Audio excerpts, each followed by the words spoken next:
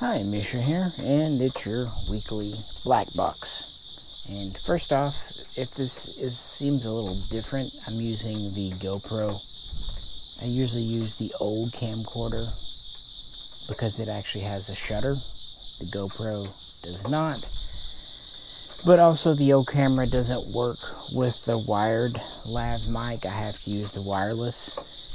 And it's late, and I didn't feel like digging it out, both the camera and the mic, and I was recording a video using this camera. So instead of a shutter, I put this in a sock. So we'll see how that works. Anywho, it's been a week, guys. Been kind of in a funky mood. There's reasons for it. It's kind of been an up and down week, and just, I don't know. September is never my favorite month, and it's hot here. It was supposed to cool off, and I don't mean cold, but it was supposed to get in the low to mid 80s for a high about a week ago, and we're still in the low to mid 90s. And it's been really muggy, really humid, just kind of meh outside. In fact, this evening it's raining. You might hear some dripping water in the background because it just stopped. I don't know, just kind of in a funk. You know how that goes sometimes.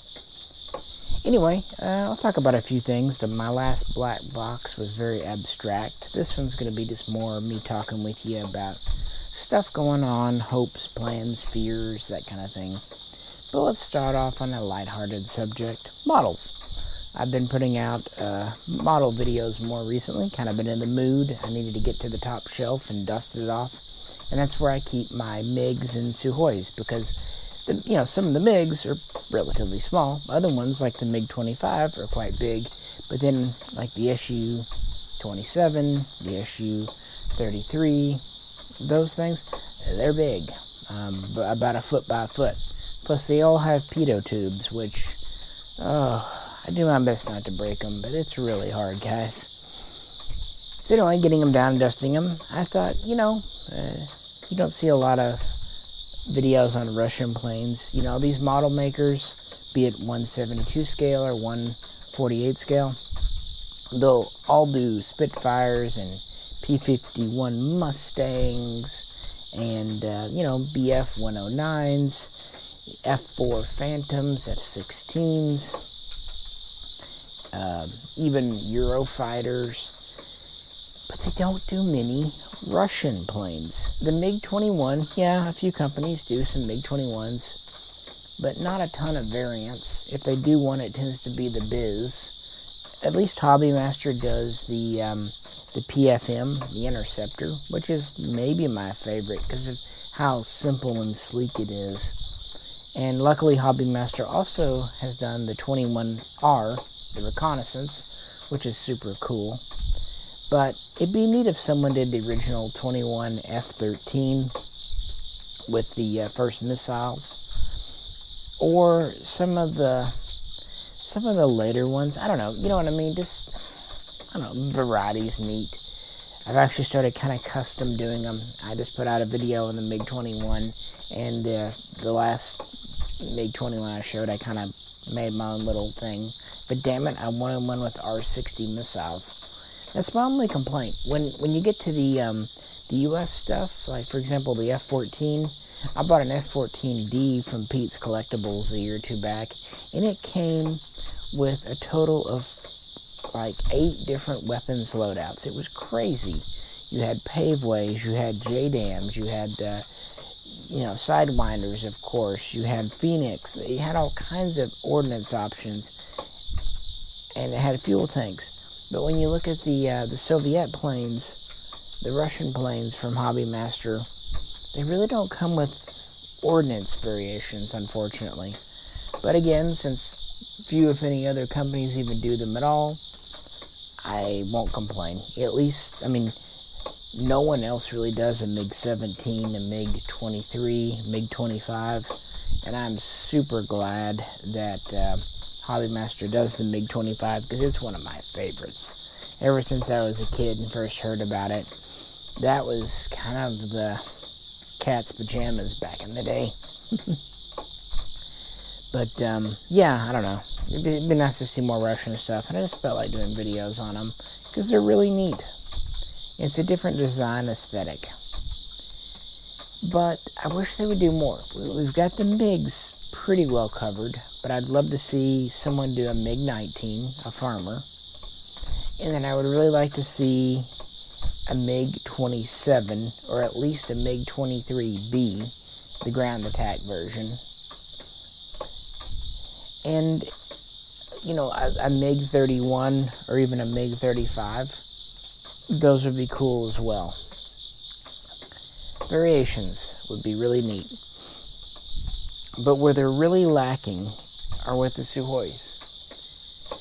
Now, Hobbymaster and JC Wings and Air Force One have really done a good job with the Su-27 and now the Su-30 and Su-33 and Su-35.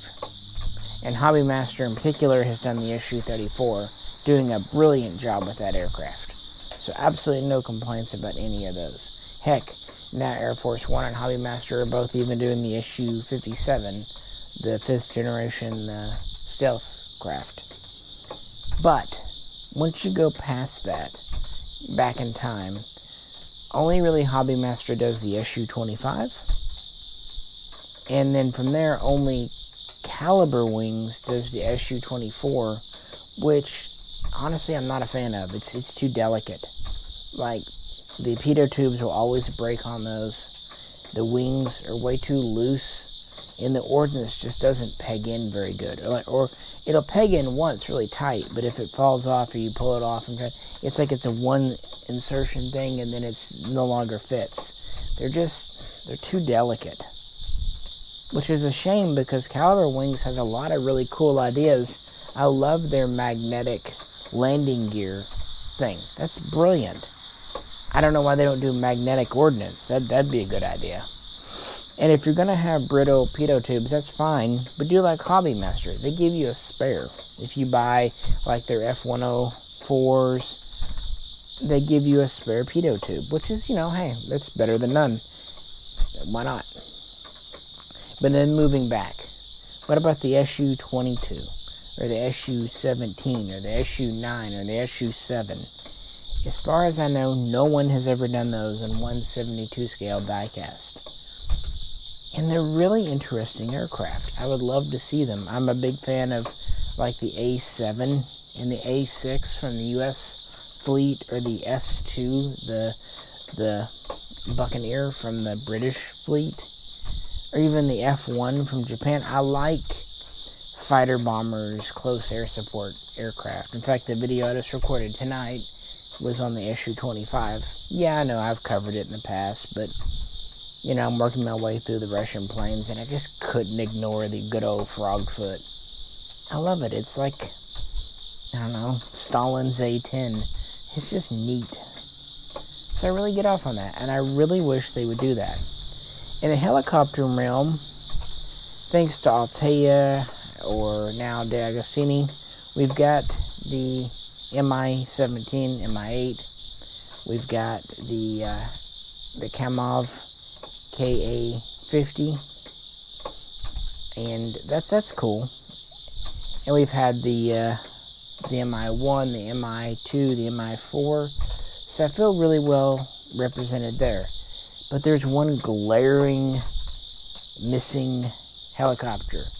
The one that if anyone was going to do, they should do it. The Mi-24, the Hind.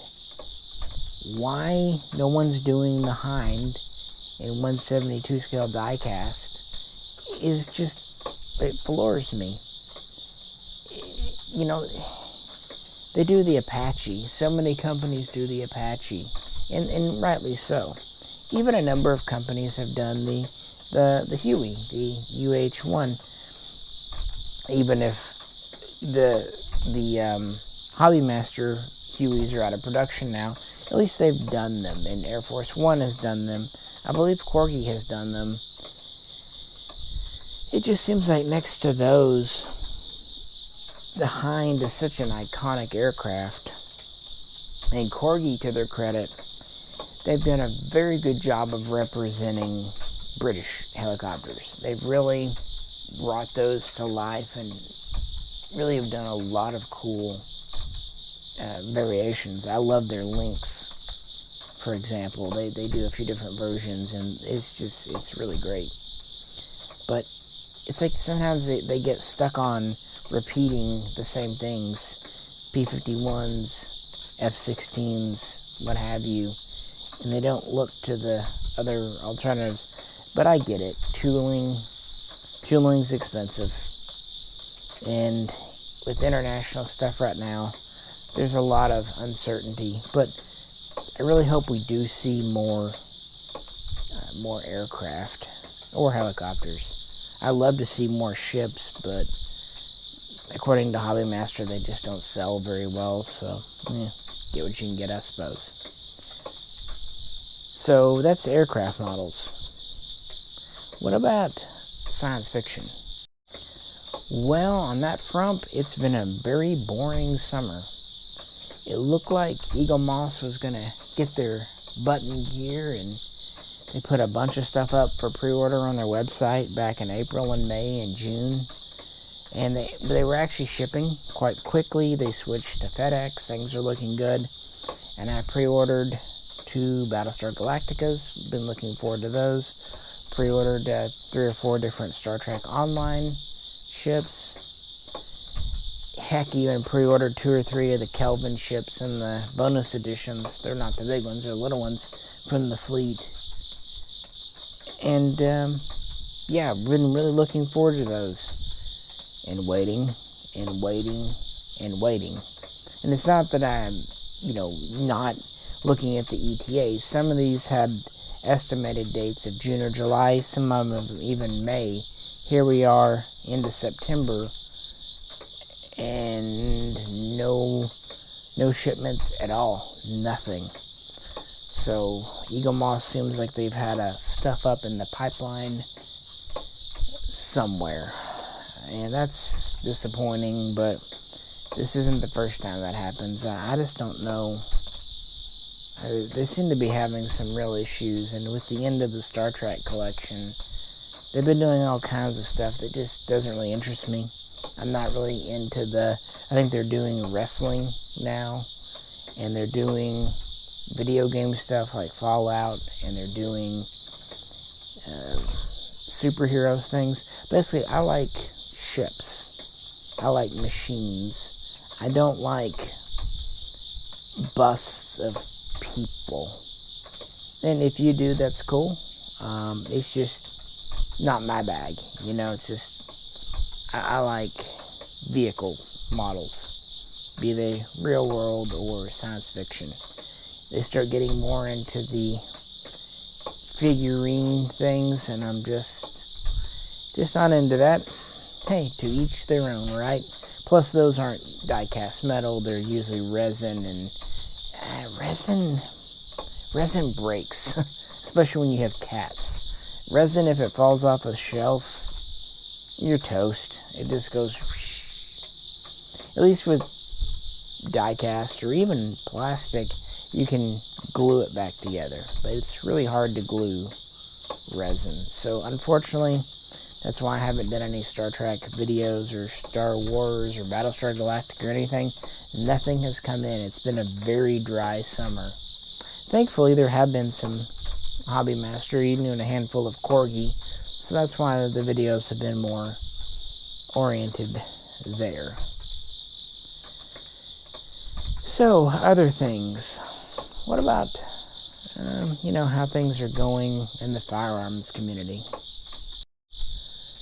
Well, of course, a couple of weeks ago, the gun world was a tizzy over the ammo ban, the sanctions against Russia, which is a real thing. And I put out 3 videos on it on the main channel. But since this is my personal channel and personal opinion, the truth is, this has happened so many times between panic buys and sanctions. What I've always said about imported guns, well, it's true for other imports too. But this stuff, you do have to stock up. That's just an unfortunate reality. And guys selling off their guns, I don't get it. I don't know why they would be doing that now. That's, for one thing, it's not the right time. Why would you sell your gun at a loss? And some of these guys will say things like, well, I've got to sell my 5.45. I only had 3,000 rounds. I'm sure you would love to have 30, but let's be honest. If you're kind of conservative with your ammo, 3,000 rounds should last you several range trips. You don't have to go out and blow through 500 rounds, one gun in one day. Frankly, a lot of times I take a gun out, I may only run a couple of magazines through it. So 40 to 60 rounds. A lot of times I don't run more than 100 rounds through a gun in a day, even if I really want to shoot it. Because a lot of times it's an old favorite, like my Romanian SAR-2. I've had that good old gun for nearly 20 years. I know how it shoots. Just once in a while, I like to revisit it. Kind of like listening to an old familiar song. But, running a couple of magazines through it, it's enough. Hey, it still works. Still good, reliable. And there's also no reason you can't just load 5 or 10 rounds in it. I guess my point is, if you know ammo is going to be harder to get and more expensive for a bit, don't sell your gun and don't stop shooting altogether. Just go, okay, look, I'm going to make 500 rounds last 6 months. And if you have multiple guns and multiple calibers, that is completely doable, guys. And here's the thing, and this has been stated, I know you know this, but the way the sanctions are, any open import forms are still valid. So companies like Wolf, they can still be bringing stuff in throughout 2021, even into 2022. And in some cases, if they just got their newest form approved, maybe even into 2023. Now, do I think the sanction's going to get lifted? No, I don't. They typically don't. I could be wrong, who knows. But historically, it just doesn't happen. For example, China was sanctioned in 1994, and those sanctions are still in effect. Democrat, Republican, Democrat, Republican, Democrat president. Throughout them all, the sanctions stayed. So I just don't, But we have time. And that's the good thing. Those couple of years, or even just a few months, it gives an importer or a manufacturer time to tool up and start supplying the market. Yeah, Russia was the main source of 5.45. However, other countries can do it. I would say Romania is our best hope now. And a lot of people have brought up Ukraine. Other people say that Ukraine, the ammo plant there, is no longer valid. I really haven't looked into it. Frankly, and I don't mean this in a negative way, I haven't looked into it because it's not that important to me. Either it is or it isn't. I do think with well over 100,000 5.45 caliber guns in America, someone will deliver the ammo to us. I mean, heck, I'm still able to get 8mm Kurs for the MP44, or 6.5 Arisaka, or 303 British, or heck, even 8x56 Steyr for the Mannlicher. Now, is this stuff cheap? No, but it's gettable, consistently so. And a lot of that stuff, one benefit of the more expensive ammo, it's typically reloadable, so that's always an option. So, and again, 5.45 won't be the kind of cartridge you can go out and blast 1,000 rounds in a day and spend $100 to do it. It will get more expensive. How much? Who's to say? If Romanian stuff starts coming in, I would imagine 35 to 40 cents a round. If we have to get something, say, from PPU or Aguila, maybe 45 to 55 cents a round. But it's enough to enjoy. It's just not a blasting thing. And I think that kind of gets into why did people get into 5.45? I originally bought it because I thought it was an interesting cartridge and I enjoyed the history. And I remember hearing about its use in Afghanistan. I got it for historical reasons and just because it was different and unique. In fact, when I bought my SAR-2, while the ammo wasn't expensive, it was harder to find than 223 or 760 by 39 for sure. But a lot of people got into it later when the cheap surplus came in because it was 10 cents a round. Now those people primarily got into it because it was cheap. And with the cheap going away, yeah, then their interest goes away. But frankly, that's a foolish reason to get into any cartridge because it's cheap. Because that status never lasts. Again, it's the nature of surplus. What's cheap today? Well, it won't be cheap tomorrow. We're starting to see that now with Mosin Nagants. 9130s were once $100, heck, even $50 for nice ones. Now they're several $100s. And if you can never, I don't know how you would care, but if you go back and look at my old posts from different forums like TFR or the AK Files or whatever, or even some really old videos, I said years ago that I figured the Mosin Nagant would settle in at around $500-600 a gun once the surplus dried up, because it's an authentic World War II gun with a boatload of history. They're ultra dependable and durable, easy to work on.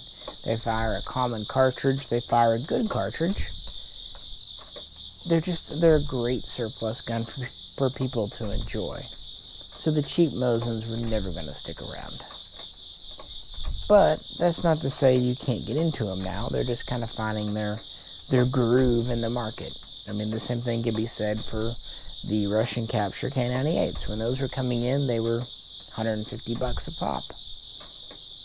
And people kind of poo-pooed them. Oh, they've been reworked, they've been refurbished, yeah, whatever. But they were done in Russia. It's a legitimate refurb, and just another layer of history, if you ask me.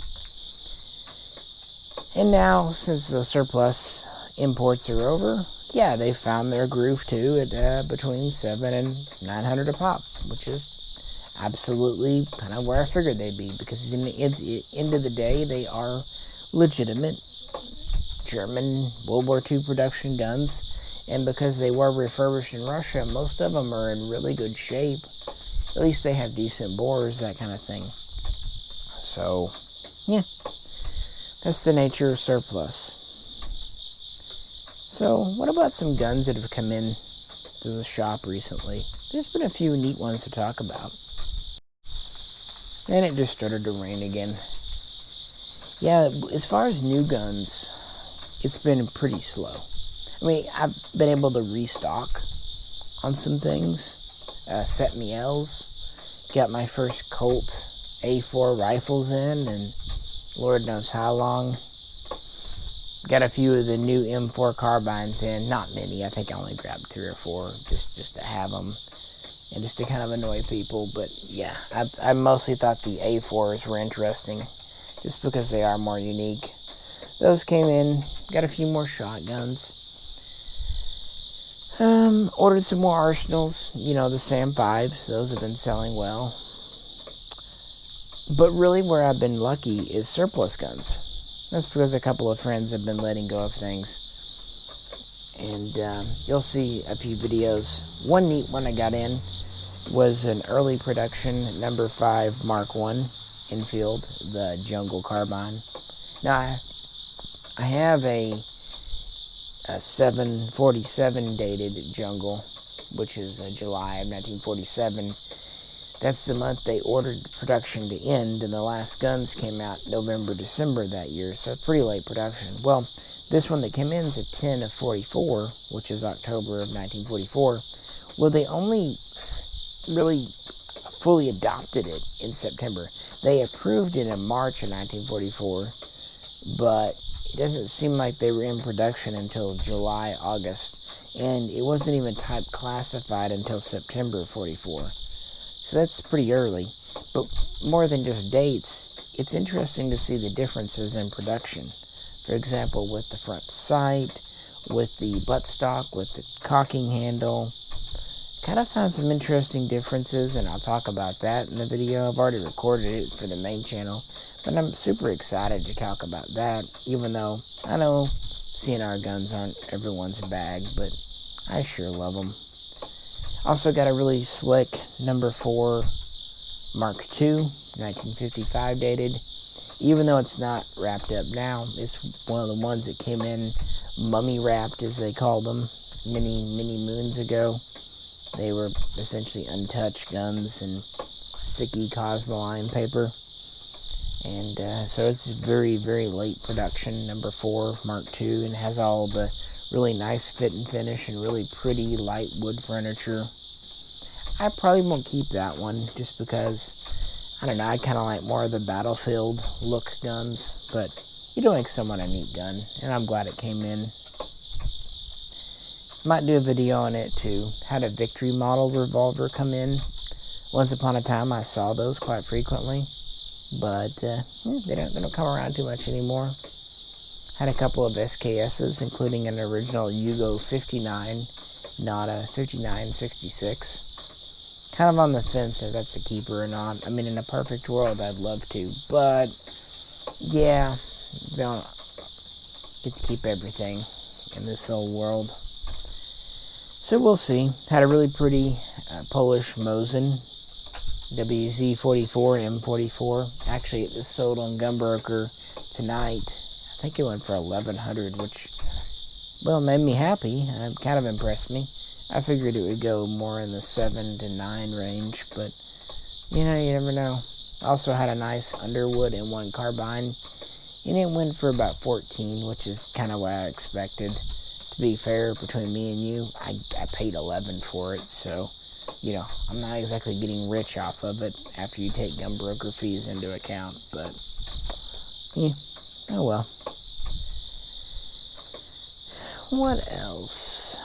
Oh, guy traded back in a Chinese Tokarev pistol that he bought off of me last year, so, and a VZ-52 pistol, one of the Czech guns. So surplus has been nice. And I just put up a video for me today, for you and you watched this yesterday, on the Galil Ace with the Rock and Lock mags, which is kind of funny because objectively speaking, the standard Ace that takes AR-15 mags makes more sense in America. But a lot of people like the Rock and Lock, and it's a cosmetic thing. It's the look of it all.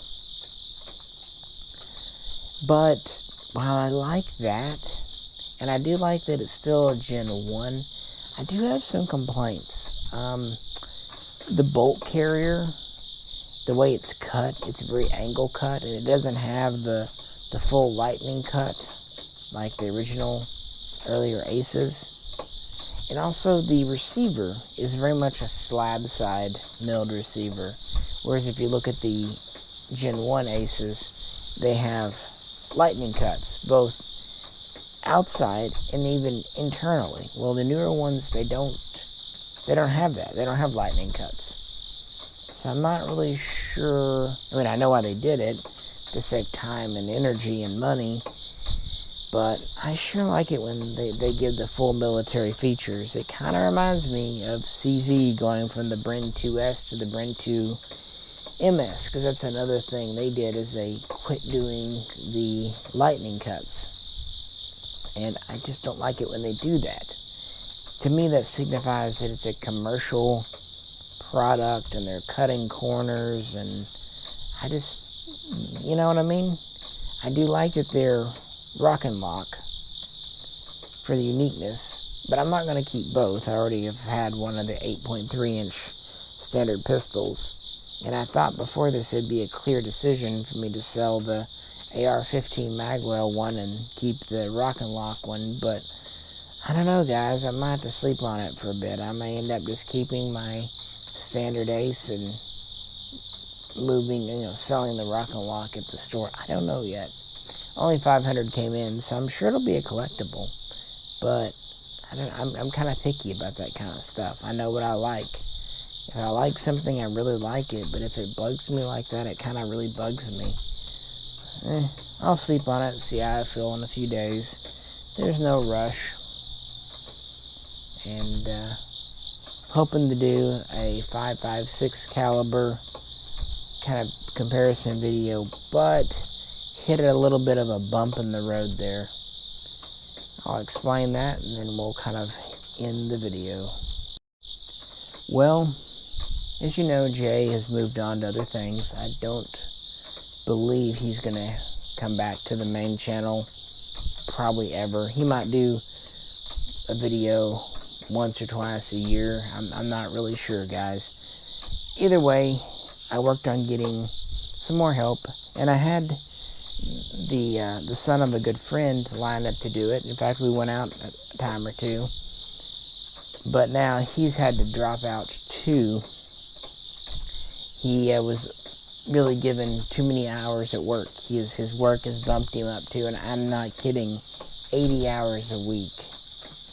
And yeah, he's relatively young, 29, and single, unattached, but he's basically having to live out of a hotel room from Monday night through Thursday night, and then going back home to see his family on the weekends and basically sleeping.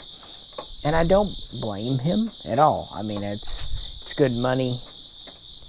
Although I don't know how I couldn't live out of a hotel room like that, good money or not. But I don't blame his company either. I mean, good help is just really hard to find in this day and time. So they've got a good worker. He's offering, he's taking it, but it kind of puts me back to square one. I've lost a key person that was going to help me get out and go shooting. And right now, I've been thinking all week, I'm not sure what I'm going to do. Because that's kind of the same story across the board. Everyone that I trust and would enjoy going out with to shoot, everyone's so busy.